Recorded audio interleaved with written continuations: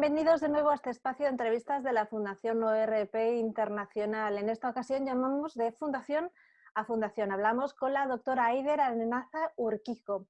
Es investigadora Ramón y Cajal e investigadora del Barcelona Beta Brain Research Center de la Fundación Pascual Maragall. Bienvenida, Eider. Hola, muchas gracias. Gracias por hacerme la entrevista y por el interés en el proyecto. Por hacer una pequeña semblanza de la doctora Eider Arenaza Urquijo, es licenciada en Neuropsicología por la Universidad de Deusto de Bilbao, máster en Neurociencias y doctora en el programa de Medicina de la Universidad de Barcelona. Ha desarrollado su actividad investigadora en el Instituto Nacional de Salud e Investigación Médica de Francia, en el INSERM, también en la Universidad de California y en la Clínica Mayo en Estados Unidos. Actualmente es investigadora Ramón y Cajal y trabaja en el proyecto Alzheimer y Familias Alfa del Barcelona Beta Brain Research Center del Centro de Investigación de la Fundación Pascual Maragall, que ha abierto una investigación, un trabajo sobre cómo afecta al cerebro el confinamiento, esta pandemia que estamos viviendo, con especial atención a la enfermedad de Alzheimer. Cuenta con la participación de entre 45 y 75 años y descendientes en la mayoría de los casos de personas con Alzheimer. Está previsto que los resultados se presenten en el año 2022. Nos gustaría, Eider, que nos explicara cómo se trabaja en este estudio que aborda salud mental, impacto psicológico, calidad de vida, salud cerebral e impacto en cuidadores y especialmente dónde encajaría la vertiente laboral. Sí. Gracias. Pues como has explicado muy bien, el proyecto estudia el impacto del confinamiento en la salud mental y cerebral y se desarrolla en el contexto del estudio ALFA, que como también has explicado, es un estudio que se centra en hijos y hijas de personas que han tenido la enfermedad de Alzheimer. Entonces, si me permites, te explico un poquito el marco general y después te contesto dónde encaja también la vertiente laboral. Pues entendemos que el confinamiento es una situación estresante que, por tanto, potencialmente puede tener un impacto negativo en la salud mental. Es decir, podríamos observar incrementos en ansiedad y depresión, por ejemplo, en síntomas de ansiedad y depresión en los participantes del estudio. Sin embargo, también sabemos que las personas responden de manera muy diferente a las situaciones de estrés, desde personas en las que vamos a observar este aumento de depresión y ansiedad, incluso el desarrollo de trastornos de estados de ánimo, hasta personas que pueden ser más resilientes, digamos, al estrés, ¿no? Que pueden tolerar mejor el estrés.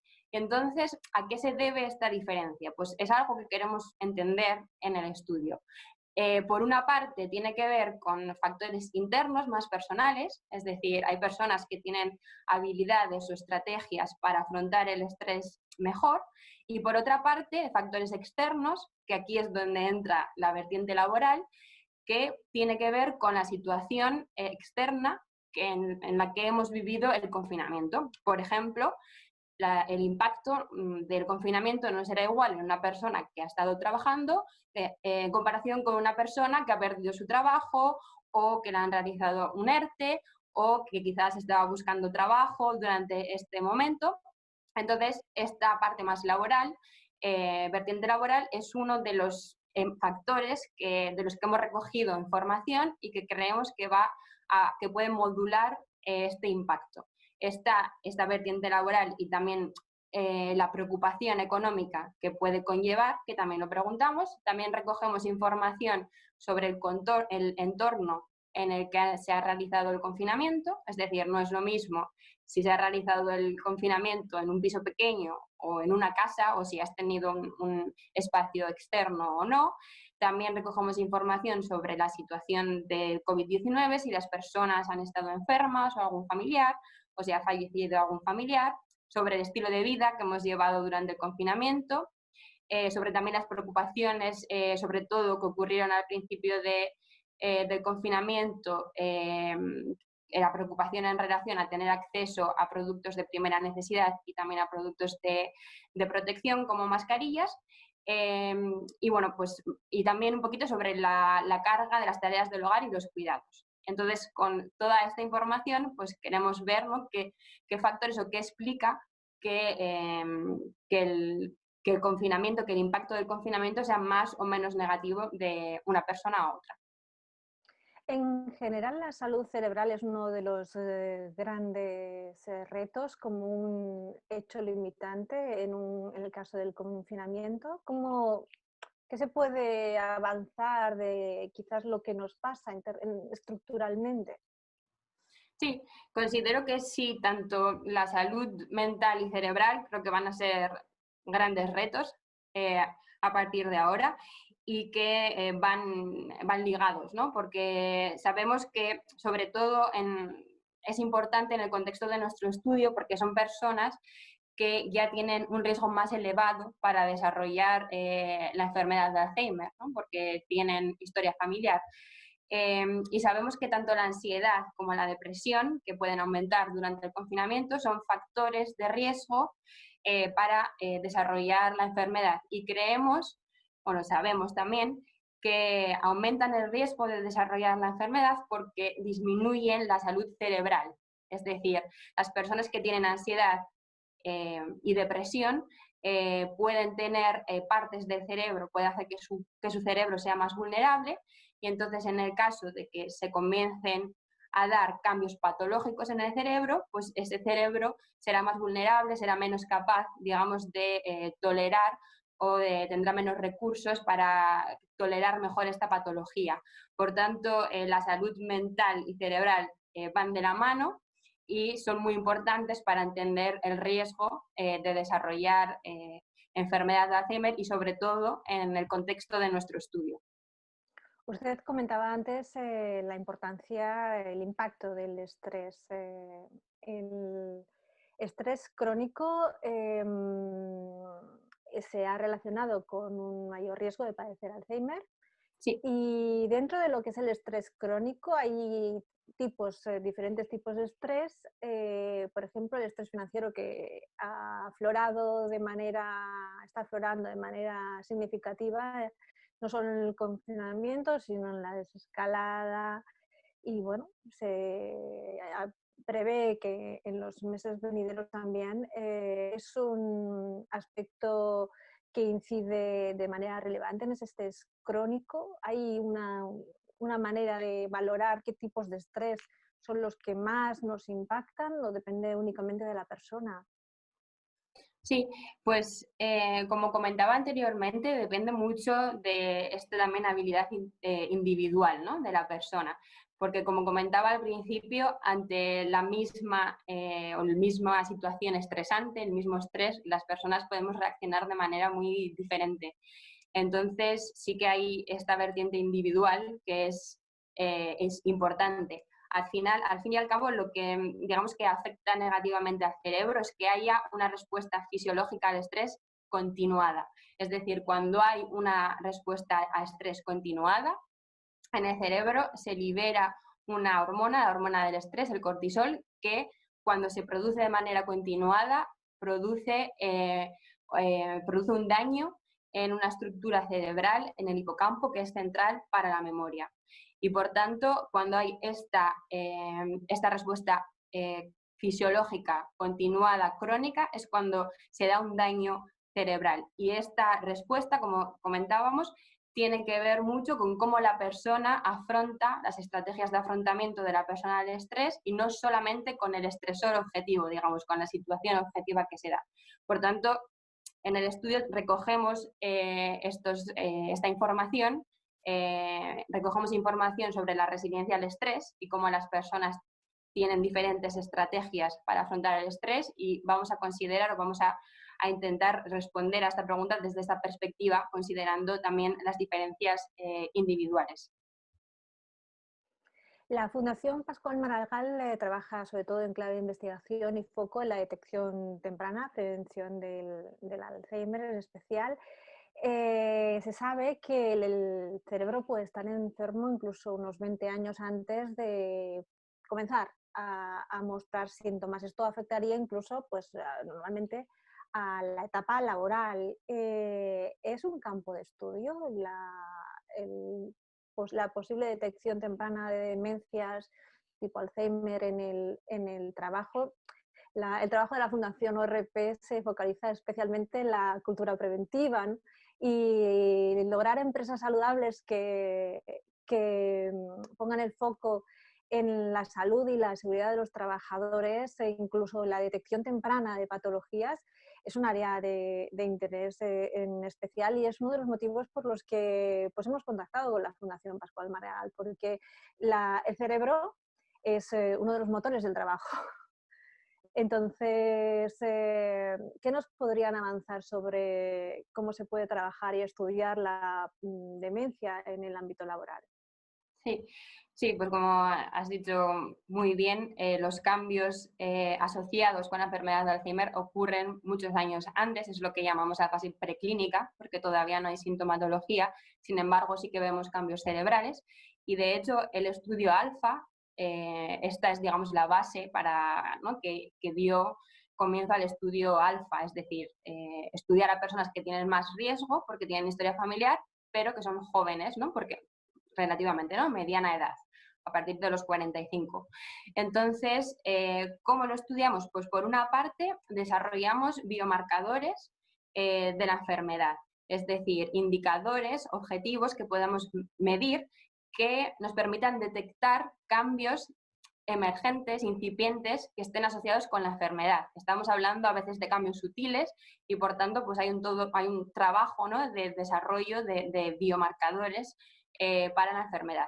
Esta es una parte. Y por otra parte, que esta es la parte en la que yo trabajo más, es también identificar factores que podamos modificar, que muchas veces están asociados con el estilo de vida, que puedan tener un rol en el desarrollo de la enfermedad. Es decir, puede haber factores, uno son la salud mental, que estamos viendo ahora estudios que parece ser que el estrés, por ejemplo, el pensamiento negativo están asociados con el desarrollo, ¿no?, que ayudan, digamos, con el desarrollo de la enfermedad.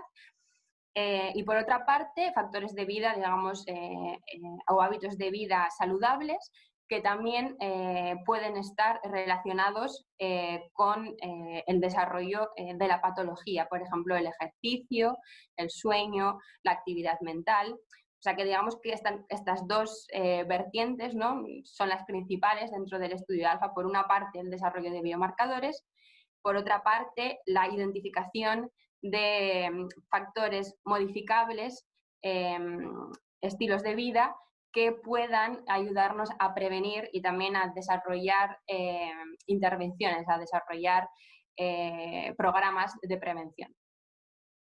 Usted es presidenta de comunicación del programa Resiliencia y, bueno, atención, resiliencia y factores Factores de protectores. protección de Sí. la Sociedad Internacional de Alzheimer. Sí. ¿Cómo ha cambiado la comunicación en los últimos años respecto a la transmisión de esta enfermedad? ¿Es cada vez más fácil hacer llegar los mensajes de prevención? Sí, creo que cada vez hay más conciencia sobre todo de lo que estaba hablando de los estilos de vida, de que hacer ejercicio, mantener una calidad de sueño, la dieta, creo que cada vez hay más conciencia que es importante para la prevención. Pero es cierto que desde una perspectiva de investigación todavía estamos entendiendo, ¿no? Sabemos que todos estos factores impactan en el riesgo de desarrollar la enfermedad, pero ahora estamos entendiendo mejor qué es lo que realmente, qué efecto tienen en el cerebro. Cuando hablabas de la fase preclínica, que ahora que hemos definido esta fase preclínica y que tenemos técnicas, por ejemplo, de imagen que nos permiten detectar la patología y biomarcadores, como comentábamos, de manera muy temprana, también nos está permitiendo ver cómo esos estilos de vida afectan o se asocian con esta patología. Entonces, poquito a poco vamos a ir, cada vez va a haber más estudios y vamos a ir conociendo mejor realmente cómo estos estilos de vida que sabemos que tienen que ver y que disminuyen, ¿no?, los que son positivos, el riesgo de desarrollar la enfermedad, pues qué efecto tienen en el cerebro. ¿Tienen un acercamiento al mundo empresarial o el mundo empresarial tiene un acercamiento en las entidades de investigación, por ejemplo, de demencias, para tratar de participar en aspectos de prevención, o simplemente se mantiene en un aspecto privado y personal de los propios participantes, de manera individual? ¿Qué quieres decir exactamente? No sé si he entendido. Sí. Las organizaciones empresariales se vuelcan o manifiestan interés en participar con sus trabajadores o en informar, tratar de incentivar o animar a sus trabajadores a, a investigar, a participar en investigaciones sobre deterioro cognitivo, etcétera. ¿Quieres decir desde un punto de vista de las empresas? Sí. No lo sé, no sé contestarte, la verdad. Nosotros, las personas que vienen son voluntarios, las personas que participan en el estudio son personas voluntarias que de manera voluntaria vienen y se hacen muchas pruebas, exámenes, evaluaciones de estilo de vida, de imagen. Y por tanto no sé si hay desde un punto de vista más, como me estás preguntando, no sé si hay, no sé, la verdad, no lo sé si también se estimula esta participación desde otras perspectivas, no lo sé. Nos gustaría concluir esta conversación, esta entrevista, con el mensaje que se envía desde la Fundación Pascual Maragall de la prevención, del autocuidado, de la autoobservación también, y animar, nos gustaría que doctora Arenaza Urquijo enviara un mensaje de ánimo hacia qué aspectos hemos de velar personalmente siempre, día a día, por cuidar nuestra memoria. Sí, gracias. Pues como decías, muy importante mantener un estilo de vida sano. Es importante también cuidarnos mentalmente, que este aspecto muchas veces está olvidado, es decir, intentar reducir el estrés, mantenernos activos cognitivamente, físicamente, intentar mantener una dieta sana. Y bueno, estas son las recomendaciones que creo que pueden ayudarnos a envejecer mejor. Muchísimas gracias por su tiempo. Gracias a ti.